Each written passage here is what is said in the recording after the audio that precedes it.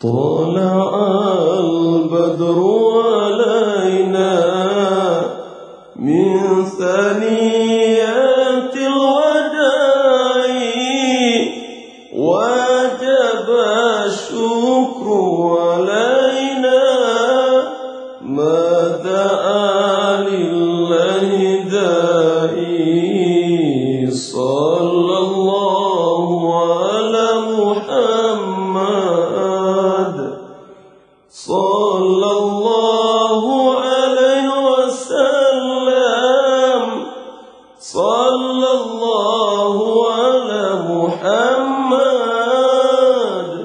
صلى الله عليه وسلم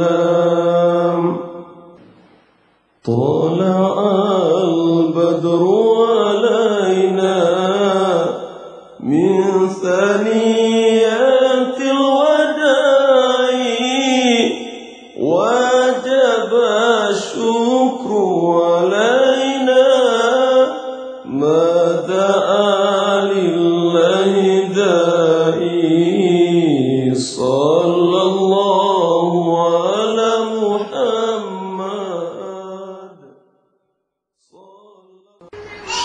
Muslimin dan muslimat, sidang hadirin dan hadirat yang dirahmati Allah sekalian. Pertama-tama kita melafazkan syukur alhamdulillah di hadapan Allah Subhanahu wa taala kerana dapat sekali lagi berhimpun bersama-sama pada malam ini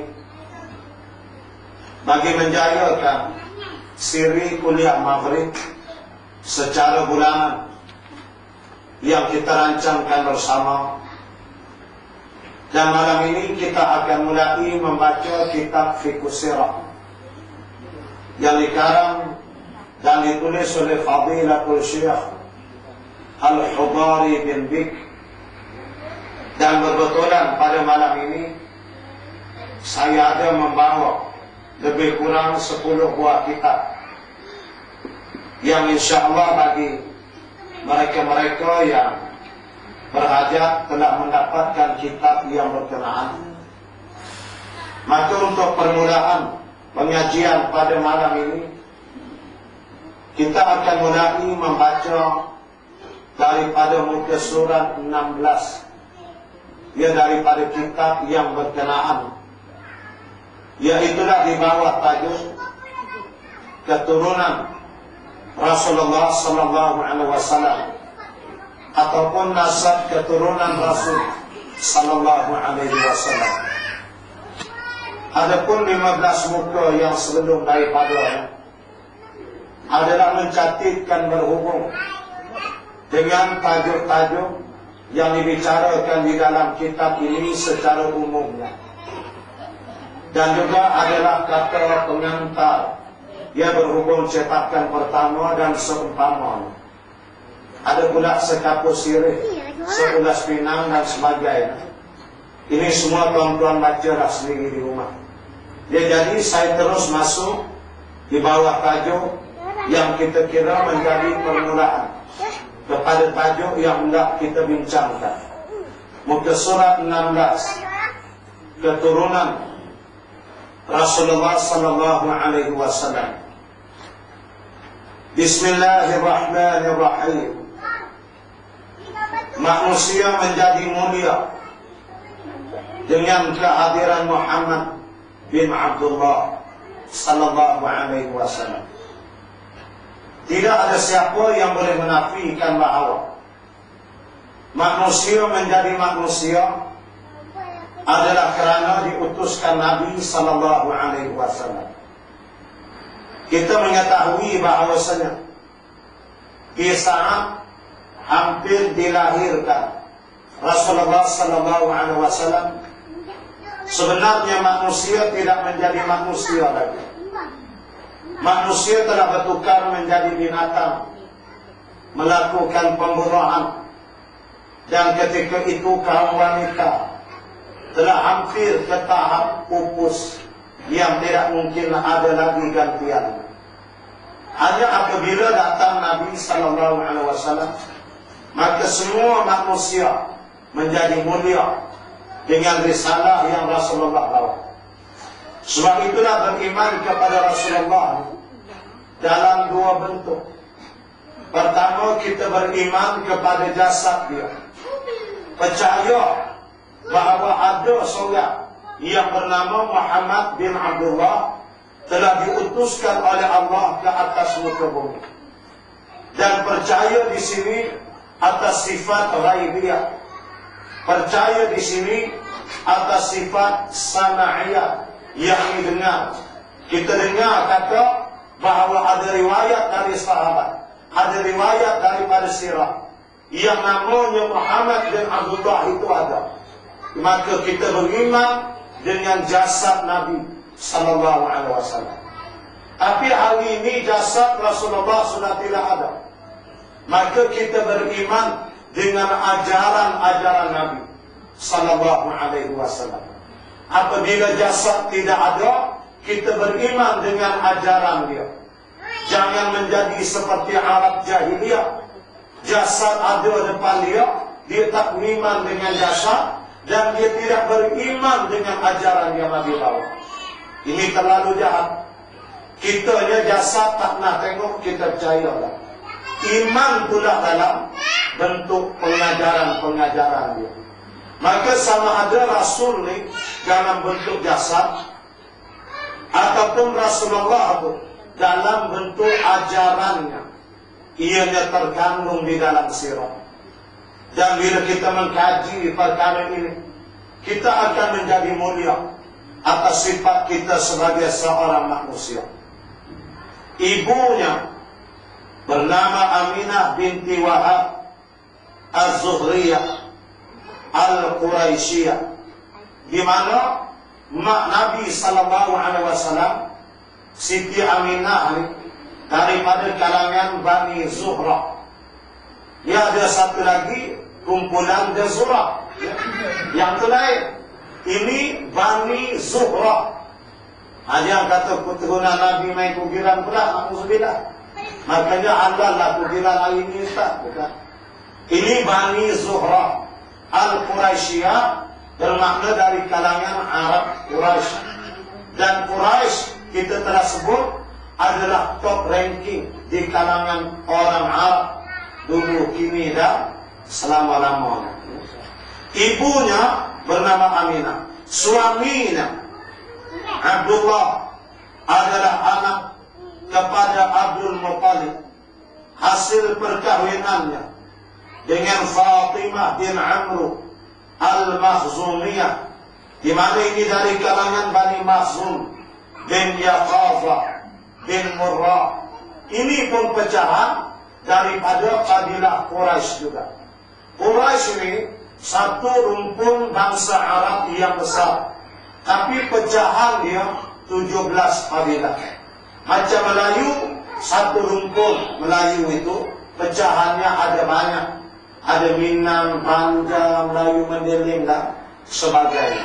Maka Quraisy itu dia yang paling top ranking di kalangan kabilah seluruh bangsa Arab. Baik Arab Yaman ke, baik Arab daripada Oman ke, baik Arab daripada negara-negara teluk yang lain. Maka dalam banyak-banyak itu Quraisy yang paling tertinggi dan termulia. Atas pada Said lagi. Setengah orang lagi dia bangga keturunan Said. Tapi Quraisy itu dia atas pada Said lagi. Dia adalah keturunan Rasulullah sallallahu alaihi wasallam. Jadi bila ayah dia dari kalangan Bani Makhzum. Dan Bani Makhzum ini kita akan tengok nanti sejarah. Abdul Muttalib adalah seorang pemimpin yang disegani di kalangan orang-orang Quraisy. Mereka mendapatkan pandangannya dalam menyelesaikan permasalahan yang timbul dan mendahulukannya dalam urusan-urusan yang penting. Jadi Abdul Muttalib ni, dia kiranya bahasa kitanya orang lama. Apa pun masalah di kota Mekah, orang akan rujuk ke dia. Dia ni jenis orang tua. Pikiran dia tenang, pandangan dia jauh, disegani, dihormati dari segi keturunan dan akhlak, dan tua dia tu, watak tua dia tu menjadikan dia dihormati dan tempat rojok di kalangan orang-orang Arab. Sehingga kan kita baca nanti dalam Fathul Makkah, bila timbul masalah An-Najasyi merempuh masuk ke kota Mekah, yakni Abraha, maaf saya, bila Abraha datang dengan tentera-tentera bergajah, maka ada tentera dia yang merompak 40 ekor kambing milik penduduk orang-orang Quraisy. Ada riwayat kata unta. Maka mereka mengadu, dan Abdul Muttalib dah yang pergi jumpa Abraha dan minta balik. Gitu maknanya dia ni menjadi rojokan sampai ke tahap hilang kambing ayam sekor pun jumpa dan refer ke dia. Makna respectnya orang, full respect, memang hormat sangat ke dia. Apa yang kita nak gambarkan ialah itulah dia Datuk Rasulullah sallallahu alaihi wasallam. Datuk dia itu bukan sembarang, bukan kata bangsa jenis nanyuk tak ketahuan berak dan kainlah. Di bangsa jenis Datuk pun pemimpin lah. Datuk itu sudah hijrah, tak boleh cucu dia Rasul, seorang pemimpin dunia dan akhirat. Allah sudah buat Tuk dia itu sendiri seorang pemimpin. Nah, itu cara Allah Ta'ala diatur supaya dia jadi nampak elok Rasul itu, tidak ada nampak sebarang kecacatan. Abdul Muttalib adalah anak kepada Hashim. Ini Hashim Arab ni, bukan Hashim Melayu ya. Ayah mentua saya nama Hashim juga, orang Banjar di Sungai Besar sama. Hashim nama dia. Ini Hashim Arab. Ya, jadi Abdul Muttalib ni anak kepada Hashim. Hasil perkahwinannya dengan Salma binti Amru An-Najariyah Al-Khazrajiyah, ia di mana nenek Nabi sallallahu alaihi wasallam dia dari kalangan kabilah Bani Najjar. Bani Najjar ni dia pecahan daripada suku kaum Khazraj. Khazraj minun di Yasrib, di Madinah sana. Jadi nenek dia belah Yasrib. Ingat, warga Nabi ni ada di Yasrib. Tuk dia, unyang dia, nenek dia, lapi-lapi bawah tu ada di Yasrib lama. Dan salah seorang keturunan daripada Khazraj ini dikawini oleh Datuk Nabi sallallahu alaihi wasallam. Sebab itulah Allah Subhanahu wa taala menentukan dalam ilmunya hijrah berlaku dari Mekah ke Al-Madinatul Munawwarah. Sebab Allah mengetahui dalam ilmunya bahawa di Madinah ada wali Rasul ni, kamu tak tahu, aku tahu. Dan nanti kita akan baca rupa-rupanya Abu Ayyub Al-Ansari radhiyallahu anhu. Ia Nabi masuk rumah pertama Nabi hijrah ke Madinah. Lepas ada 3 hari Nabi perhati tengok baru perasan rupanya rumah Bani Najjar, keturunan daripada kabilah nenek dia. Dan baru Nabi teringat rupanya masa kecil, masanya mak dia bawa pergi, kemudian berjalan balik meninggal ayah dia tu. Masa itulah dia teringat dia pernah singgah masa di umur 6-7 tahun di rumah. Pada masa itu menangis Rasul sallallahu alaihi wasallam. Dia mengenalkan ayah dia dan mengenalkan mak dia. Dan bila dia tengok rumah tu, dia teringat tu nenek dia, keturunan Bani Najjar. Dan baru Rasulullah faham kenapa Allah Ta'ala perintah dia supaya berhijrah ke Yasrib. Sebabnya di Yasrib sudah ada pelapis dari kalangan keluarga belah nenek dia yang menunggu untuk menyelamatkan dia dan membantu dia. Menangis Nabi pada hari itu. Dia mengenangkan kebesaran Allah dalam menyelamatkan dakwah di saat itu. Dia pada hari ketika tidak ada manusia yang mau menolong dakwah, tiba-tiba Nabi dihantar oleh Allah di kalangan pangkuan keluarganya sendiri. Karena itulah bila kita baca nasab keturunan, nanti kita menyusul tajuk-tajuk yang lain, kita akan nampak semua. ternampak besarnya hikmah Allah ia dalam menyusun kehidupan Nabi sallallahu alaihi wasallam. Tidak ada satu benda Rasulullah ni yang orang hari ini sebut it is just a coincidental. Kebetulan aja, tak ada. Semua bila kita tengok Allahu Rabbi, rupanya Allah telah susun semua. Ya, jadi kita akan tengok. Jadi nenek dia belah sana, memang orang belah Madinah, orang belah Yasrib sana. Hashim pula adalah anak Abdul Manaf yang berkahwin dengan Atiqah bin Murrah al-Salimiyah, di mana ini dari kalangan Bani Salim bin Mansur. Dia salah satu daripada kabilah Qais, Ailan bin Mudar. Dia Bani Salim, iaitulah salah satu kabilah yang akhirnya apabila kita melihat selepas hijrah Islam berkembang di Madinah, maka Bani Salim ini rupa-rupanya menjadi salah satu di antara kabilah yang berada front line dalam memberi sumbangan ke arah memenangkan Islam di Al-Madinatul Munawwarah.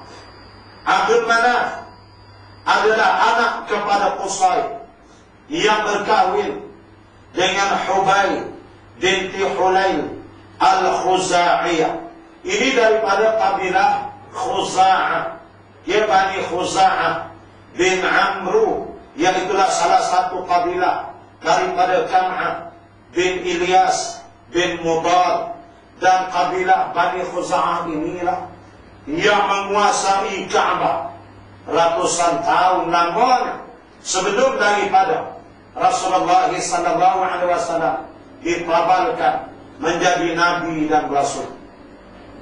Pada zaman jahiliyah, apakah yang dimaksudkan dengan jahiliyah? Jahiliyah ini dua makna gambaran dia. Yang pertama, iaitulah satu sempadan masa yang Islam tidak ada di masa itu, yakni tidak diutuskan Nabi dan Rasul di masa itu. Maka zaman itu, kaum itu, tempat itu dinamakan jahiliyah. Itu yang pertama. Atau yang kedua, Rasul sudah diutuskan, ajaran Allah sudah diturunkan, semuanya sudah lengkap, tapi manusia menolak ajaran Allah itu. Maka penolakan itu, sifat itu dianggap juga sebagai sifat jahiliyah. Umpamanya contoh Melayu yang ada pada hari ini.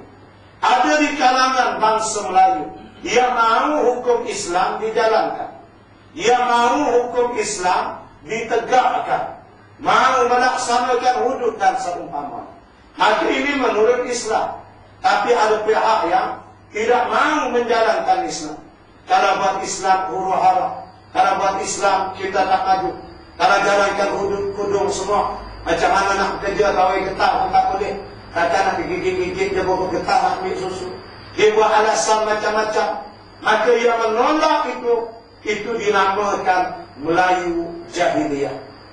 Jadi ke mana pun manusia terpecah dua secara asasnya. Sama ada Islam yang menurut, tunduk dan patuh, atau jahiliyah yang menolak dan menentang. Maka di kota Mekah ada masa itu, apabila disebut jahiliyah, iaitulah mereka menolak agama, menyembah berhala, menyembah batu dan kayu.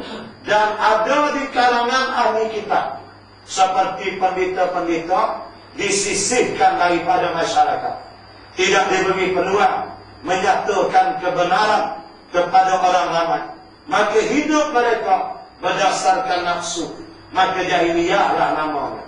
Hidup mereka berdasarkan akal, maka jahiliyahlah namanya. Apabila meninggalkan saja Islam, tidak kira di waktu zaman kampung manapun, maka namanya adalah jahiliyah. Ayat ini dari kalimah jahil dengan makna tidak mengetahui. Pada zaman jahiliyah, jabatan hijabah Baitullah, ya hijabatun Baitullah, yakni menguruskan Ka'bah ataupun Baitullah itu. Jabatan siqayah, yakni memberi minum kepada jemaah haji. Ya, bila datang musim haji, beri minum kepada para hujaj, kepada para jemaah haji. Dia di mana memberi minum jemaah haji ini adalah merupakan amalan yang telah lama berlangsung sejak daripada awal lagi, daripada Nabi Ibrahim, daripada Nabi Ismail lagi. Cuma yang pernah kita sebut Zam-Zam itu, dia telaga Zam-Zam itu, dia sudah tertutup dan tenggelam ketika sampai zaman di kota Mekah tu Nabi Muhammad nak dilahirkan.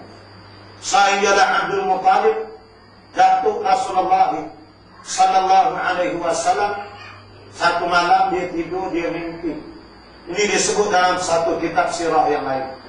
Dia mimpi bahawa ada suara bisik ke dia, pergi di satu tempat. Di tempat tu ada telaga Zam-Zam yang pernah digali oleh Siti Hajar, tapi dah terkambus dah. Dia pergi sana, tanda dia di atas tu penuh dengan kain unta yang kering. Lalu pergilah Abdul Muttalib, dia carilah tempat tu dan berjumpa sungguh, dan ada sungguhlah kain unta kering ni. Lalu dia tolak dan dia buat. Tiba-tiba dia tengok air tanah itu lembab, dia korek-korek, akhirnya terbuka kembali akan telaga Zam-Zam itu. Artinya punya dahsyatnya jahiliyah di zaman itu. Sampaikan telaga Zam-Zam pun orang tak ambil kemudian. Begitulah dahsyatnya, tidak berugamanya manusia di hari itu. Ada kalau mereka fikir, telaga Zam-Zam ni Nabi-Nabi punya cerita, maka mereka jaga. Bukan. Tapi punya tak ada dah agama. Dia tinggal telaga Zam-Zam, kadang-kadang dia jaga prihatin telaga hantu aku. Inilah perannya manusia. Tiba, jadi usia bersama. Jadi nak sebutnya bahawasanya dia apabila dihidupkan, dikeluarkan balik air daripada telaga Zam-Zam ini, maka mulailah mereka menjadikan kembali sebagai sumber minuman bagi para hujaj. Dan ingat, mengerjakan haji itu adalah amalan yang berterusan sejak daripada Nabi dan Rasul-Rasul yang sebelum, daripada Nabi Muhammad sallallahu alaihi wasallam. Ia sampailah ke Nabi Ibrahim, sampailah ke tahap-tahap yang seterusnya. Maka akhirnya mereka menubuhkan apa yang dinamakan jabatan siqayah. Ini bagi sekotak lah ni. Boleh buat balik sekotak, rasa tak cakap. Pakai taruh dia ke hak milik kan. Baik. Jadi apa nama ni? Mereka pun menubuhkan jabatan siqayah, yakni menguruskan minuman kepada para hujaj. Sebab itulah Arab jahiliyah, dia bertahan di Mekah, tolak Nabi, tidak mahu Islam. Bukan pasal dia tidak tahu, bukan dia tidak tahu, bukan dia tidak tahu bahawasanya di sana Islam yang Nabi bawa itu betul. Dia tahu, tapi dia fikir kalau dia ikut Muhammad, terlepas pula jabatan-jabatan. Itu je benda. Boleh buat duit.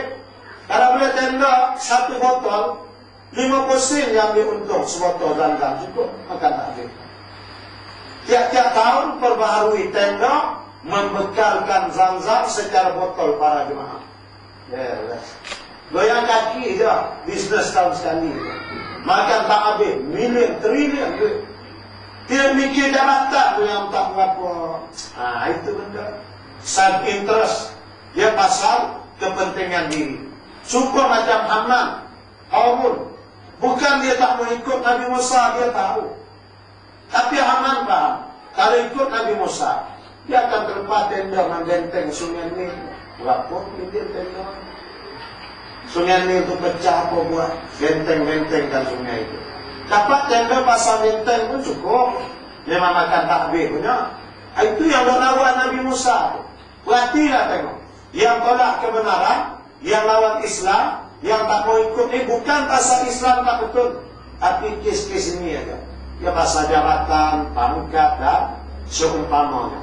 Jadi jabatan sifayah. Kemudian hijabatul Baitullah, yakni menguruskan Baitullah. Jabatan rifadah, bukan rafidah ya. Itu bulu kena tak ada lah ini rifadah. Rifadah iaitulah beri makan kepada para jemaah haji. Jabatan mudwah. Mudwah ini kita panggil komiti mesyuarat lah, meeting komiti. Dan jabatan liwa, bukan liwa. Liwa itu lain. Ini liwa. Liwa mana? Kita panggil ini Field Marshal, ketua turus angkatan tentera. Atau dalam Islam, dalam bahasa Arab dia panggil al-liwa. Yang kata al-liwa. Kalau liwa, kalau ta, dia jadi maksud lain. Kalau liwa, dia ain, lain makna. Ayat ini dengan makna panglima perang. Semuanya disandang oleh pusat. Mesyuarat tidak akan mengambil sesuatu keputusan kecuali di rumah. Ketika ajal hampir tiba, dia menyerahkan semua jabatan tersebut kepada salah seorang anaknya, yaitu Abdul Dar. Walau bagaimanapun, Bani Abdul Manaf bersepakat untuk tidak membiarkan Bani Abdul Dar memonopoli semua kebanggaan tersebut. Ya, mereka tidak mahu monopoli berlaku. Dan macam hari ini pun berlaku monopoli juga. Ia di kawasan Kota Mekah, dimonopoli oleh sebuah kerajaan sahaja. Tidak ada cadangan. Umpamanya daripada negara Iran, ini sekadar nak sebut, pernah mencadangkan supaya oleh karena Mekah Madinah Haramain ini adalah tanah suci umat Islam, maka ad hoc komiti yang ada dalam mentadbir Mekah Madinah ini mestilah dari kalangan pimpinan-pimpinan umat Islam seluruh dunia. Indonesia seorang wakil, Indonesia seorang wakil, Arab Saudi seorang wakil, Iran, Iraq, Bahrain, Oman, Qatar, negara-negara Islam masing-masing buat komiti jaga. Bagian Zamzam, amin, ini 15 negara jaga. Bagian Kaabah, ini 7 negara jaga. Bagian pasport immigration, ini 9 negara jaga. Farakitkan keuntungan itu untuk umat Islam seluruh dunia. Ini ada cadangan, tetapi tidak diterima, berlaku monopoli. Sedangkan Haramain milik umat Islam, bukan keturunan raja mana-mana. Itu tak boleh banyak, itu tak boleh mudah kita. Tapi nak sebut berlaku monopoli, sebenarnya tidak boleh. Akhirnya yang kena anak-anak raja di sana, jutawan-jutawan, bilioner semua, yang mereka menjadikan sebagai sumber pendapatan mereka. Sepatutnya komiti itu, kalaupun tidak sekali, digile-gilekan secara tahunan. Tahun ini 7 negara, tahun depan mesti lagi 7 negara pula. Bagi biasalah sama-sama rezeki daripada Allah Ta'ala. Tapi tidak. Yang mereka lah segala-galanya. Yang orang lain bida'ah semua, yang dia tidak. Anak pernah kena masa ambil gambar. Masa tukar, pernah ambil gambar untuk aja. Kebetulan untuk itu senyum, dia pakai bunga. Dia keluar gigi, dia tak ambil gambar. Dia tangkapnya kamera. Masya Allah, bida'ah, kata dia. Oh bida'ah, masa gambar, bida'ah. Atau nak keluarkan di Arab. Keluarkan di Arab gambar radio dia. Untuk mahal ya akhir. Ada tak bida'ah tak dia? Yang kita bida'ah, dia tak bida'ah dia. Ini masalah dia. Jadi kita nak sebut bahawa monopoli itu ke dia. Orang lain tak boleh. Dia takut kita buat gambar, bukan perlu cetak, buat tak. Dia nak kontrol sampai ke tahap itu. Boleh dalam beberapa minggu boleh ambil gambar, dia tak lalang pun. Tapi gambar-gambar yang tertentu, Masjidil Haram tak diambil. Kamera tu tak boleh, dia hambat naik motor, dia kepung. Dia lampas, dia empuk terus kamera. 3.000 ke 10.000 dia tak dugi anak. Dia cekak tu sakaratul maut tak jawab dia. Dia jenis tu harap. Satu tu pada gila.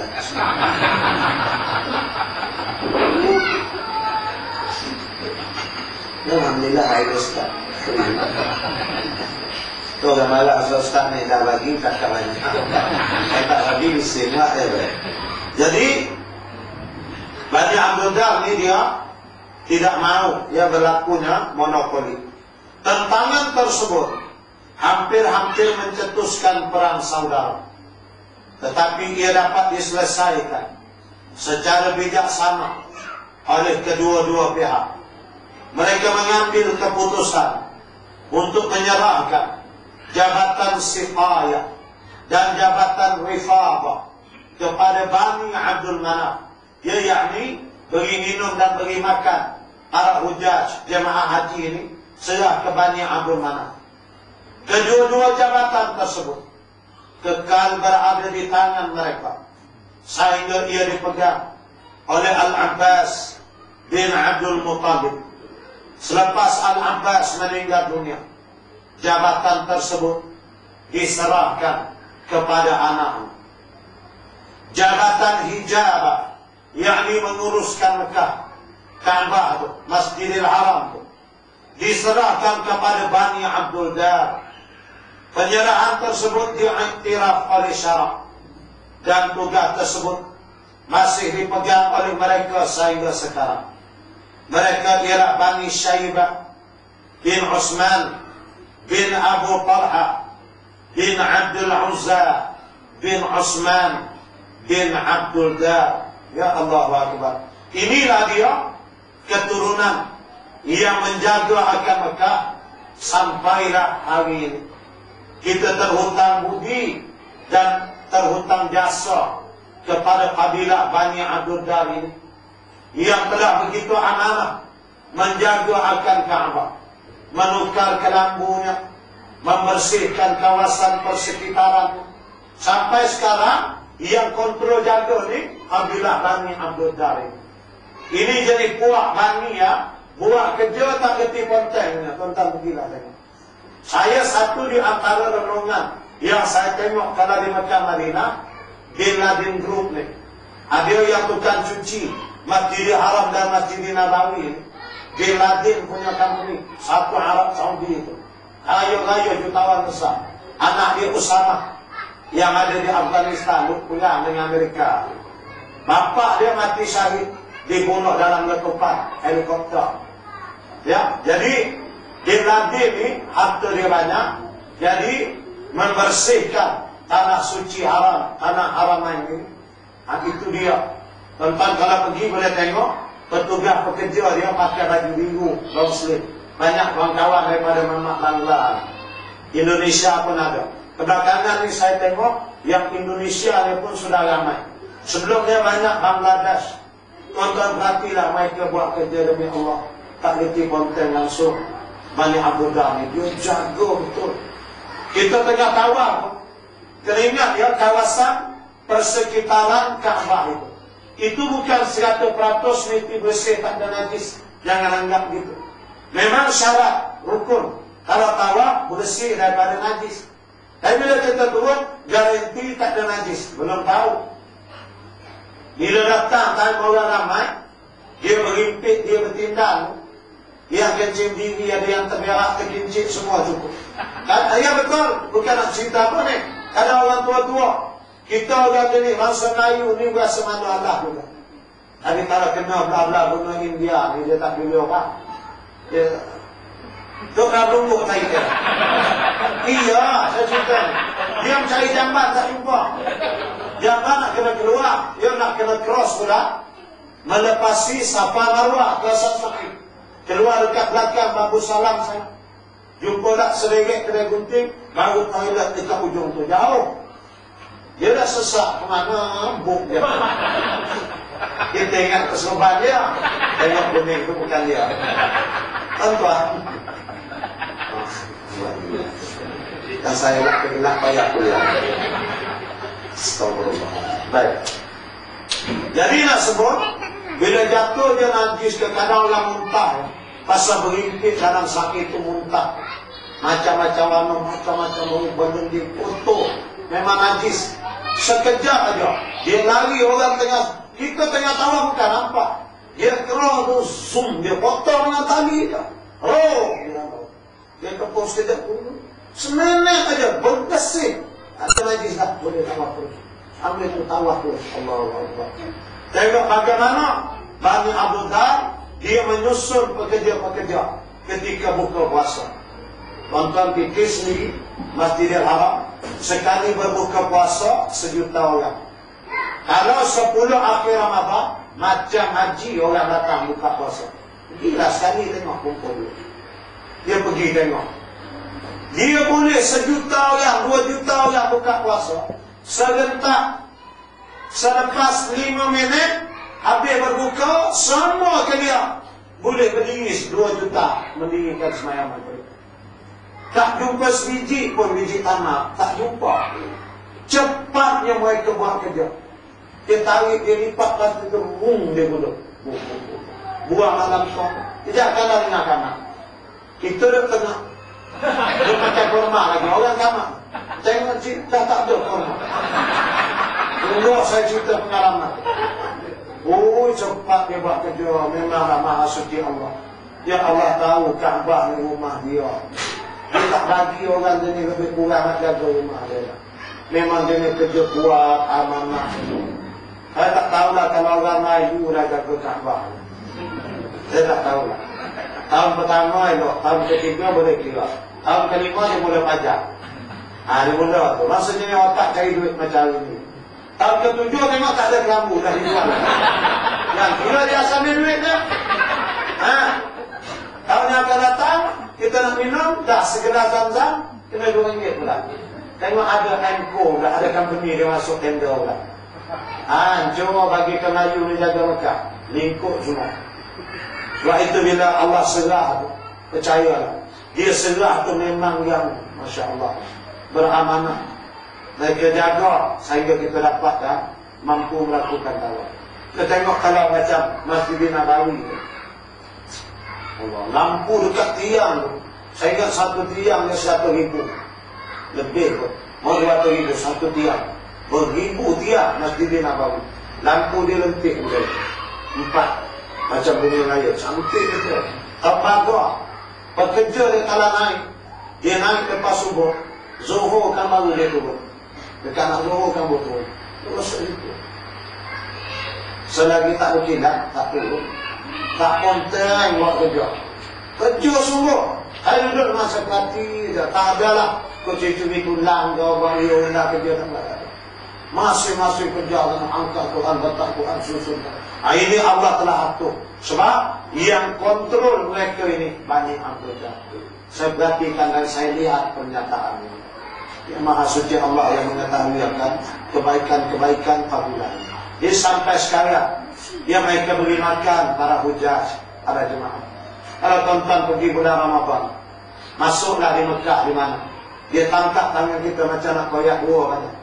Dia berebut nak suruh buka puasa di tempat. Ta'al, ya Allah, ta'al. Kita dah bulat mata, awak masa tak pernah. Dia tarik sekali anak kena dua sekali. Sudah kata tu. Ni mau je aku mati syahidkan. Seorang narik sini, seorang sini. Nyuruh buka puasa. Suruh makan bukan suruh perang pun. Kita dah kenal kabut, kalau payah belah ke depan. Nak jaga dua-dua hati yang kecil. Kalau kita duduk, ya Allah, dipicuk-picuk, walau kita diciumnya dari suka dia. Sebab dapat rahim bagi makan. Dia tahu ini tugas yang Allah perintahkan. Sehingga sa'i kadang dibandingkan dengan martabat. Kalau kita sa'i ba'da ma'as, dia lepas apa ni, lepas asar. Lepas asar kan, dia habis sa'i nak buka dah tu. Kalau bulan Ramadan. Kalau sa'i lepas asar, memang dibandingnya. Kotak sambil kita lalu, suk ulang-ulangnya. Kotak-kotak buat amal. Sebab itu kalau bulan Ramadan, kalau buat umrah, hati-hati lah. Saya pun tak tahu dah orang lain, tapi saya jalan-jalan jaga tu kadang ke Gerinci juga. Jadi kita nak sambil lalu pun, bukan yang sempat gum sahur. Sambil lalu, terus lagi tu. Innal hamda wa ni'mata alhamdulillah. Ini kok mana saking. Nah, jadi kena jaga tuan-tuan. Sebab dia suka kita lihat anak butuh dia bagi makanan. Ini memang tanggung jawab. Dia menyediakan, dia jaga.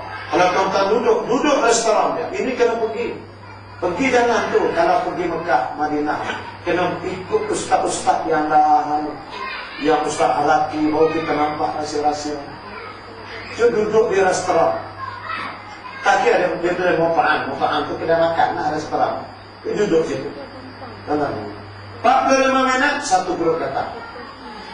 Dia assalamualaikum dia pelat ayam tu, dia potong roti tu, dia bawa dalam plastik, diikat dia bawa. Dan dalam sejam kan saudara datang, dia ambil air, dia cek tu daging ayam, roti, air minum. Nanti satu grup tak datang, tak apa dia tabur tepung atas meja tu, dia lap tu, tisu tu dia simpan diikat dalam plastik bawa makan. Dia tengok ni permukaan hidang-hidang bersih begitu. Tiap-tiap restoran, kalau sekiranya ada tak betul aja, maka di antara tindakan dia, pekerja-pekerja atau akan dihantar pula. Dia buatnya tu. Jadi pekerja ni dia dah duduk situ sedap, lagi mahal. Dia nak balik buat apa, pergi Bangla jadi apa? Angkat kain pakai singlet, lemai rakit lah kalau sana, musim hujan.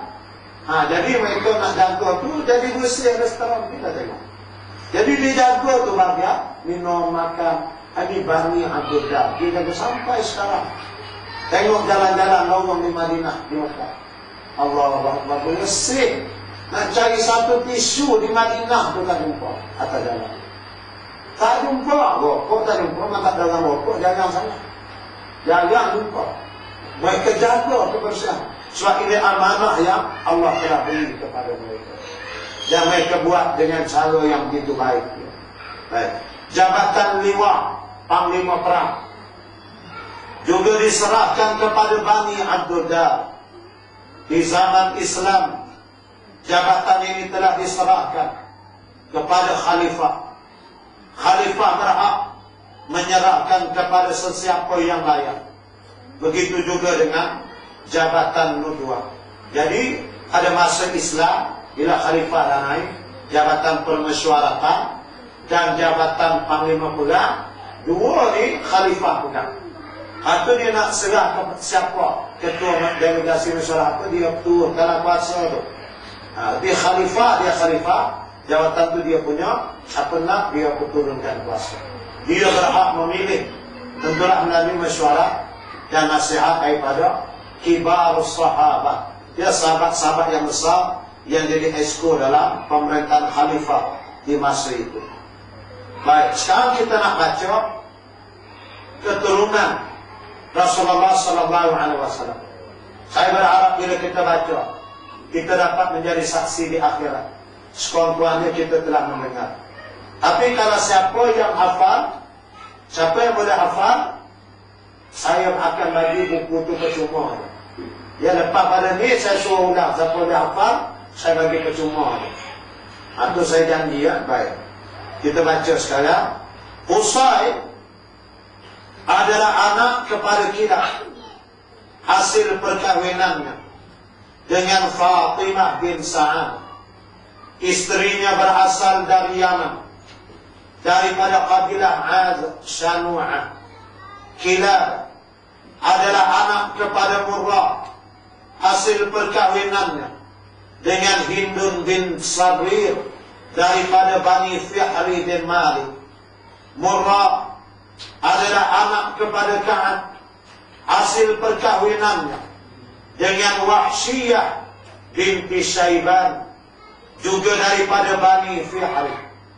Ka'ab adalah anak kepada Lu'ay, hasil perkahwinannya dengan Ummu Ka'ab, yaitu Mawiyah binti Ka'ab, daripada kabilah Qada'ah. Lu'ay adalah anak kepada Ghalib, hasil perkahwinannya dengan Ummu Lu'ay, yaitu Salma binti Amr al-Khuza'i. Ghalib adalah anak kepada Fihri, hasil perkahwinannya dengan Ummu Ghalib, yaitu Laila binti Sa'ad daripada kabilah Khuza'i. Mengikut pendapat jumhurul ulama di kalangan ahli sirah, Fihri adalah Quraisy. Quraisy mempunyai 12 kabilah. Kabilah tersebut ialah Bani Abdul Manaf bin Qusay, Bani Abdul Dar bin Qusay, Bani Asad bin Abdul Uzza bin Qusay, Bani Zahra bin Kilab, Bani Makhzum bin Yaqzah bin Murrah, Bani Ta'ib bin Murrah, Bani Adi bin Ka'ab, Bani Sahmi bin Amr bin Hushaysh bin Ka'ab, Bani Amir bin Lu'ay, Bani Ta'im bin Ghalib, Bani Al-Haris bin Fihri, dan Bani Muharrib bin Fihri. Orang-orang Quraisy yang tinggal di kota Mekah dipanggil sebagai Quraisy kota, dan yang tinggal di sekitar dipanggil sebagai Quraisy pendalaman. Fihri adalah anak kepada Malik. Hasil perkahwinannya dengan Jandalah binti Al-Harith daripada kabilah Jurhum. Malik adalah anak kepada An-Nadar. Hasil perkahwinannya dengan Atikah binti Adwan daripada kabilah Qais Ailan An-Nadar. Adalah anak kepada Kinana. Hasil perkahwinannya dengan Barra binti Mur binti Ud. Kinana adalah anak kepada Khazimah. Hasil perkahwinannya dengan Awana binti Sa'ad daripada kabilah Qais Ailan. Khazimah adalah anak kepada Mudrika. Hasil perkahwinannya dengan Salma binti Aslam daripada kabilah Qada'ah. Mudrika adalah anak kepada Ilyas. Hasil perkahwinannya dengan Khindar, seorang wanita yang menjadi contoh perbandingan dari segi kemuliaan dan keperkasaan. Ilyas adalah anak kepada Mudar.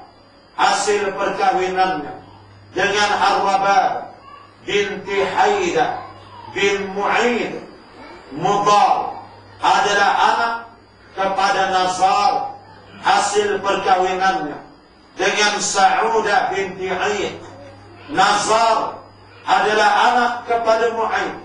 Hasil perkahwinannya dengan Mu'ana binti Jausham daripada kabilah Jurhum. Mu'id adalah anak kepada Adnan. Itu silsilah. Siapa hafal tolong ulang balik. Saya nak bagi semua. Jangan tengok. Huwa tu bi aminnya. Saya bagi cerita. Tak boleh. Saya pun beberapa kali tak hafal. Dan ini bukan dituntut hafal. Sekurang-kurangnya kita menjadi saksi di para masyarakat bahawa kita telah mendengar dia nama keturunan keluarga Rasulullah sallallahu alaihi wasallam. Silsilah keturunan yang dinyatakan adalah silsilah yang disepakati oleh ahli sejarah dan ahli hadis mengenai silsilah keturunan Rasulullah sallallahu alaihi wasallam selepas Adnan. Riwayat yang menyebut mengenainya adalah tidak sahih. Walau bagaimanapun mereka bersepakat mengatakan bahawa keturunan Rasulullah sallallahu alaihi wasallam sampai kepada Ismail bin Ibrahim. Di mana menurut ulama setakat Adnan saja. Ada juga kaul yang menyebut lepas daripada Adnan itu 6 generasi di bawah dia. 6 generasi ke belakang tu dia setakat Adnan saja.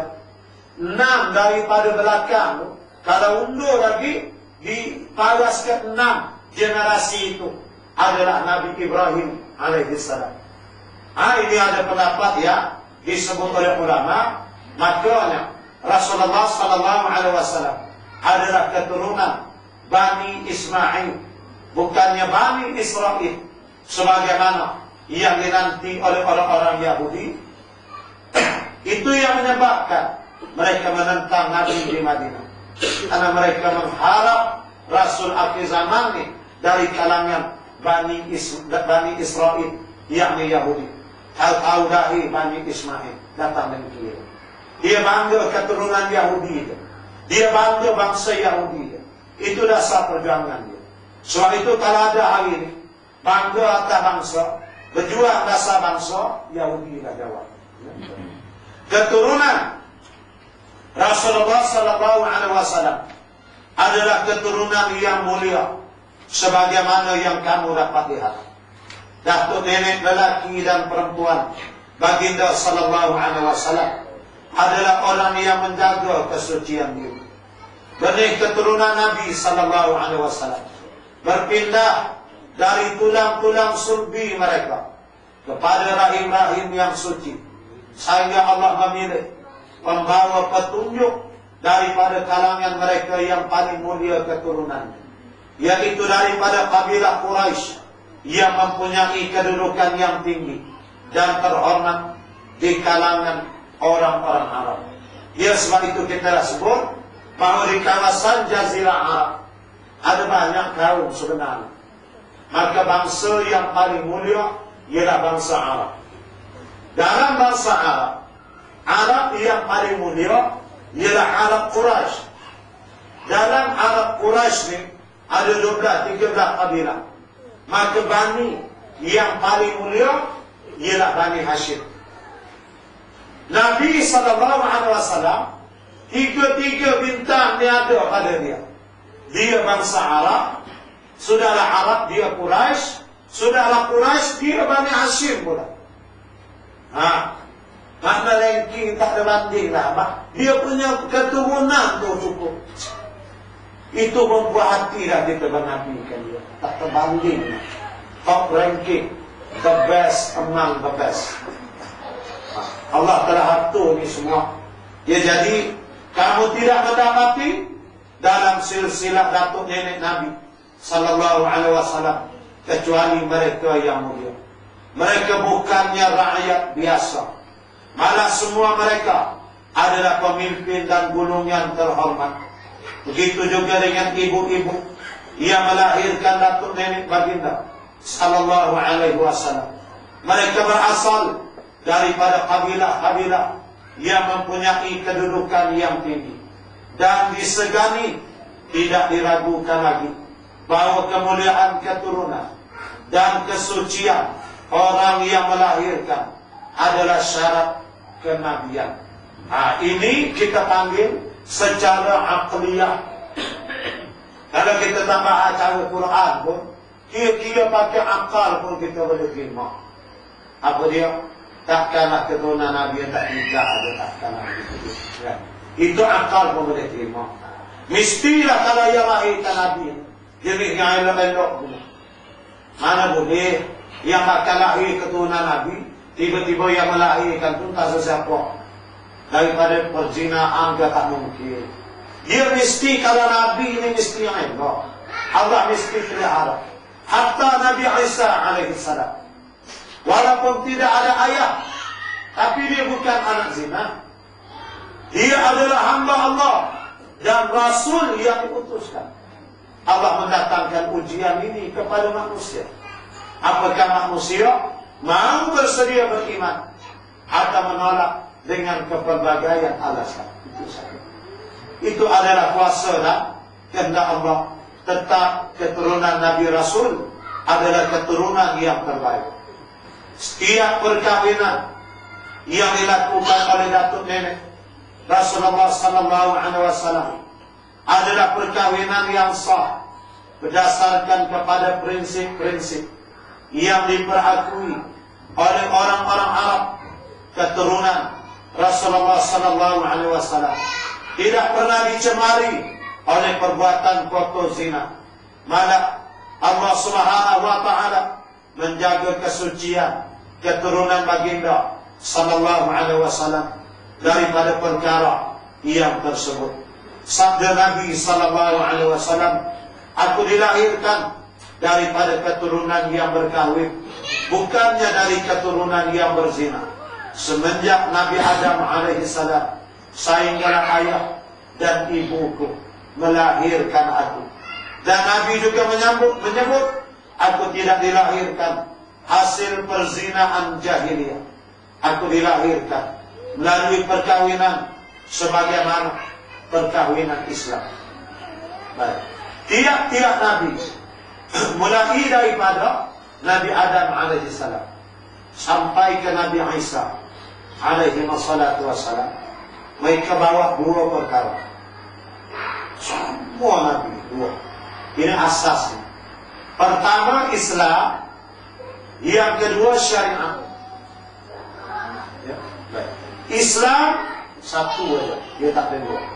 Daripada zaman Nabi Adam kemarin, turunlah ke nabi-nabi, rasul-rasul 124.000 nabi, 313 rasul, semua membawa Islam yang satu. Daripada Allah, wa'budullaha wajtanibut taghut. Kamu mesti mengabdikan diri kepada Allah dan jauhkan diri daripada taghut. Islam satu.